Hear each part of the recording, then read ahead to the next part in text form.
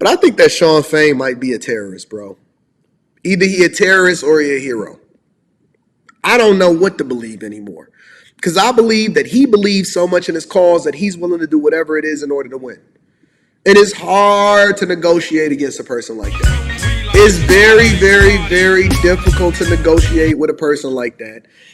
So what I decided to do is he actually had an announcement this morning. He did a live stream this morning. Shawn Fain from the UAW. Trump went over there and he talked to the auto suppliers. And Trump's message here. I'll share with you Trump's message really quickly. Give me a second. Before we get over to that, I want to share with you what Trump's message was, right? This is what he said to the people. Fox 2's Dave Kinchin had a front row seat. Dave. Yeah, you can tell the crew is breaking down here at Drake Enterprises moments after former President Trump left the building. He's speaking to a crowd of at least several hundred inside and many outside. Here's what we know. This had the backdrop, of course, of tense talks between the UAW and the Detroit Three. And former President Trump used that backdrop to talk about his experience when in his record as president when it came to what he said was saving manufacturing jobs. He says that President Biden, who was just here yesterday, of course, rallying with UAW members, he said that Biden's plan for the economy and for the auto industry would actually strengthen China rather than the American auto worker and worker in general. Here's more about what former President Trump had to say and what people who opposed his appearance said as well. And the workers of America are getting, to put it very nicely, screwed. You're getting screwed. Yesterday, Joe Biden came to Michigan to pose for photos at the picket line. And I agree with him. It was nothing but a ploy. And they all going to say, well, yeah, Joe Biden came out here and he got his bullhorn and he stood with the people when he had a conversation. No, Joe Biden was basically doing that for votes. Have y'all noticed that none of these politicians actually show up to any of y'all cities until election season starts to start hitting? When they want y'all endorsement, then they're going to start looking for votes and looking for a large endorsement from the UAW. Well, I was out there with you guys. He's absolutely correct. That's one of the reasons why I actually rock with Trump in a lot of instances, because he just tell it like it is. He's like, yo, he came out here for a photo op. He wasn't really looking to kick it with y'all. What you think he was doing? He wasn't really trying to rock with you. What you think, he on your side? He on my side. But it's his policies that send Michigan auto workers to the unemployment line. He only came after I announced that I would be here. You know, he announced quite a bit later. Spoke for a few seconds. Did you notice he spoke for what, a few seconds? And he had absolutely no idea what he was saying. He didn't know where he was. He didn't know where he was. He didn't know what we were saying. Where am I? He's saying, where am I? Oh, you're in Michigan. Oh, that's great. What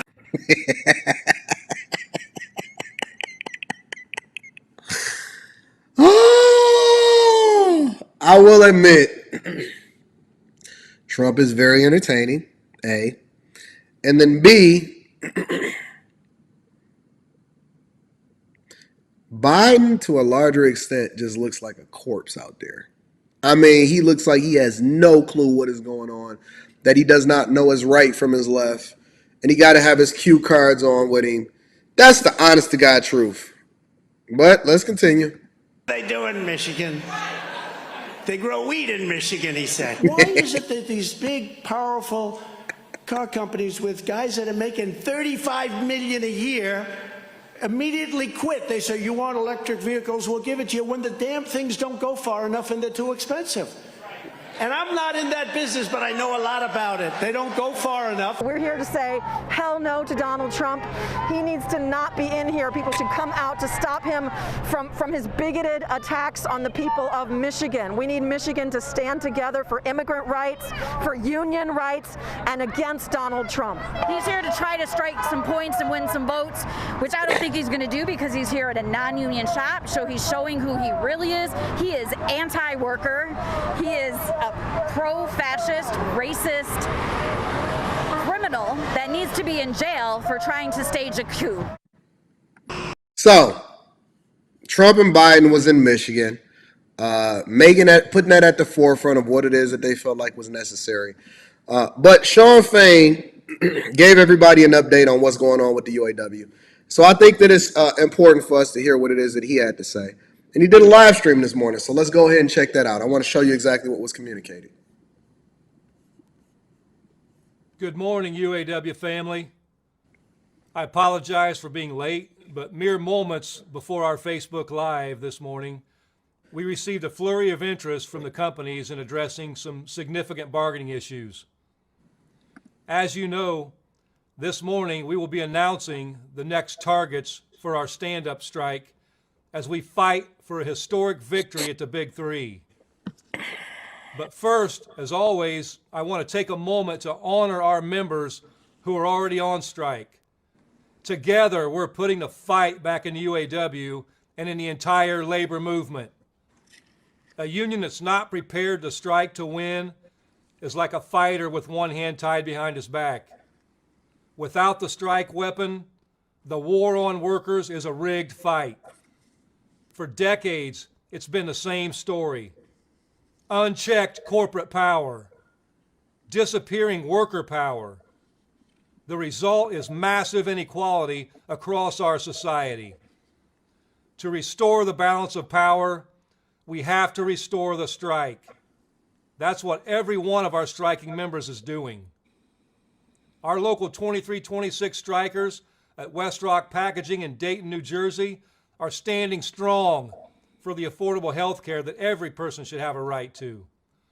Our local 644 members at Dometic outside Philadelphia are standing up to a global corporation that makes billions in profits but won't pay every worker a living wage. Our strikers at Thombert in Newton, Iowa at Local 997 are fighting for work-life balance that every worker deserves. Here in Michigan, our members at Blue Cross Blue Shield are striking to stop the outsourcing that puts CEO pay before patient care. I'm about to drop the link in the chat for you guys to be able to cam up. And if you have a disagreement with me, you do not have to be on camera. But if you disagree with anything that I stand for, anything I've said on this show, anything that's said this week, anything that I said before, feel free to come up here and hold me accountable. Again, you do not have to get on camera. Let's remember that our movement is fighting everywhere, not just in Michigan, but from east to west and from north to south. Our members at ZF in Tuscaloosa, Alabama, make axles for Mercedes when they're on the job. Today, they're on strike. They're teaching Mercedes the same lesson we're teaching the Big Three. Not a single wheel will turn without us. And that's what's happening across the vehicle supply chain. Members of UAW Local 259 at an Infiniti dealership in Long Island, New York, faced down the boss and won a new agreement. They called a strike in the morning, and by the afternoon, management caved. Now they have a new agreement with serious gains and no concessions. Our members at Mack Truck may also be hitting the picket lines when their agreement expires at midnight on Sunday. Sadly, Mack Truck is following the same tired playbook as so many of our other employers. They're dragging out bargaining till the very last minute. The company took 3 weeks to respond to our economic demands, and then they put a long list of concessions on the table. Our members at Mack voted by 98% to authorize a strike. So unless the company gets serious, they're about to learn firsthand that our union's back in the fight. Yo, let me tell you something. I don't know if you just get rid of the whole thing and start all the way over. I don't know if it's a possibility. I don't know if the company is willing to go through that much pain. The only way that you can deal with something like this is to continue to is to break it, honestly. Because if they don't understand it from a business perspective, or if they're not actually willing to meet you in the middle and negotiate, if they don't understand the cost of transitioning over into electric and that they actually playing into the hands of somebody like a Tesla, if they don't understand the impact that's coming across the board as a result of that, you got to figure out how to break them. You got to figure out how to completely break them. That's my philosophy. I don't negotiate with terrorists at all. I figure out how I can destroy them. The only other way to do that, or the only other way to deal with it, is to give in to most of the concessions, wind up ratifying the contract, and then figure out how it is that you can outsource them and plan for the next one. Because there's no way that this is what they're asking for, a 32-hour work week, 36 to 40% pay raises, and then they comparing themselves against CEO pay and not actually comparing themselves against the cost of actually manufacturing the vehicles. This is what I believe is going to happen. I believe that the UAW, even though our federal government is incentivizing factories to be made back here in America, I believe that the UAW is really pricing themselves out of their future. You're going to continue to see a dwindling amount of UAW members. They're going to become less dependent on you. They're going to speed up development the same way that you see development happening in these fast food restaurants. You see more kiosks. You see more robots. They literally have restaurants where you don't even need a person over in Japan at all in order to continue to service people, right? I think what happens is they make short-term growth for future concessions and less jobs. You'll have more people, or you'll have less people making more money temporarily until they eventually phase everybody out. And then everybody going to either have to get a degree, adjust themselves to what the new middle class is going to work for, or going to look like. And they all just going to be regular workers at a regular person, at a regular space. And they're going to have, everybody going to need multiple jobs in the future because nobody's going to have a job anymore. That's just the truth. Like, if you want to know the honest to God truth, that's just the truth. I dropped the link in the chat for y'all to be able to come up here if y'all want to. Let me continue. And we're not backing down to anybody. And just down the road from Solidarity House, UAW members at Detroit's MGM Grand Detroit, Motor City Casino, and Hollywood at Greektown are taking a strike authorization vote as we speak. All three Detroit casinos are all ready to strike. They've been telling me that for the last few months. They had already been planning a strike in the first place. So you're going to start seeing strikes over at the Detroit casinos. You're going to start seeing strikes over at across the United States as far as these rolled out strikes from Shawn Fain. But let me continue. They're part of the Detroit Casino Council, a group of 5 unions working together for a fair contract. Following COVID, shutdowns throughout Detroit, casino workers faced all kinds of sacrifices. They sacrificed raises. They shouldered heavier workloads so the industry could recover. And now workers are struggling to make ends meet, even as the industry generates all-time record-high gaming revenues. As you know, we have over 18,000 Big Three members on strike at 41 facilities in 21 states. That includes over 5,000 workers striking at parts distribution centers and CCAs at Stellantis and GM from California to Massachusetts. These facilities represent a key revenue stream for the Big Three, and for years have represented a lower paid tier of workers. And I want to take a moment to acknowledge something very disturbing we've seen on a few picket lines at parts depots. We've heard of multiple instances from California to Michigan to Massachusetts of violence against our picketers from people crossing our picket line. And this is where they start to change the narrative, and this is why you need context. So what's happened is a lot of these different places like GM, what they'll do is they'll say, okay, well, since y'all want to go on strike, we're going to send in supervisors and we're going to do contract workers. So they'll bring in contractors to come in and do the same jobs. But what will happen is the UAW members or whoever it is that union is striking, they'll stand in front of the car, similar to these environmentalists that don't want you to drive down certain roads. And then they'll say, if you hit me, this is going to be violence against us or whatever, so on and so forth, right?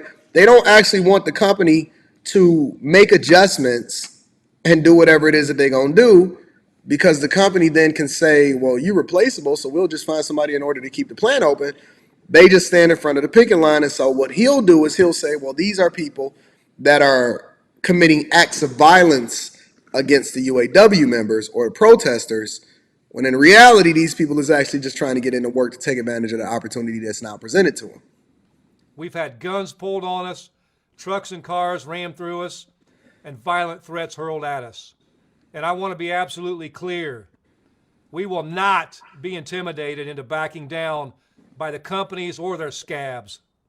Our cause is just, striking for a better future to protect our communities and to defeat corporate greed is not just our right, it's our duty. And shame on anyone that would engage in this violence against our members. To the public, we invite you to stand with us on the picket line if you support our cause. As you know, in our union, we wear red on Wednesdays. This is a tradition begun by our union family in the CWA to honor a striking member who was killed on the picket line in 1989. In our own union, during our 2019 strike at General Motors, one of our union brothers was killed on the picket line. Company and scab violence is not new. Our union's been fighting it for nearly a century. We didn't back down then, and we won't back down now. And we know America has our back. Go on TikTok and see what they define as scabs. You'll see some of the videos. This week, we were joined. They be beating on these people's windows and all kind of junk, man. It's like, yo, so you gonna tear my car up because we got differences in opinion and I see you, your loss is an opportunity? You can't be beating on my windows and tearing my car up and beating my hood up. On the picket line by none other than the President of the United States. It was a historic day. We picketed at GM's Willow Run facility where UAW members built the B-24 Liberator bombers during World War II. Our union was essential in building what was called the arsenal of democracy. Just like 80 years ago, today, our union is building a different arsenal of democracy. But this war isn't against some foreign country. The front lines are right here at home. I'm gonna start bringing y'all up shortly. Working class versus corporate. I'm gonna start bringing y'all up shortly. I think he almost done with this speech. Marcus Hill, I'm about to bring you up. Corporate greed. We are the new arsenal of democracy. The workers are the liberators, and our strike is the vehicle for liberation. I want to be clear about one thing about the president's historic visit. The most powerful man in the world showed up for one reason only. Because our solidarity is the most powerful force in the world. When we stand together, united in the cause of economic and social justice, there's nothing we can't do. With that said, let's talk about bargaining at the Big Three. UAW family, I'm going to be very direct with you. Over the last week, the vice presidents and your national negotiators in my office have been working night and day to bargain a record contract that reflects the record profits we have produced for the Big Three. Sadly, despite our willingness to bargain, Ford and GM have refused to make meaningful progress at the table. That's why at noon Eastern Time today, we will expand our strike to these two companies. To be clear, negotiations haven't broke down. We're still talking with all three companies. And I'm still very hopeful that we can reach a deal that reflects the incredible sacrifices and contributions our members have made over the last decade. But I also know that what we win at the bargaining table depends on the power we build on the job. It's time to use that power. That's why I'm calling on an additional 7,000 members across Ford and GM to go on strike starting at noon Eastern today. I've heard enough. I've heard enough. So how do you negotiate with a terrorist? You don't. You really don't.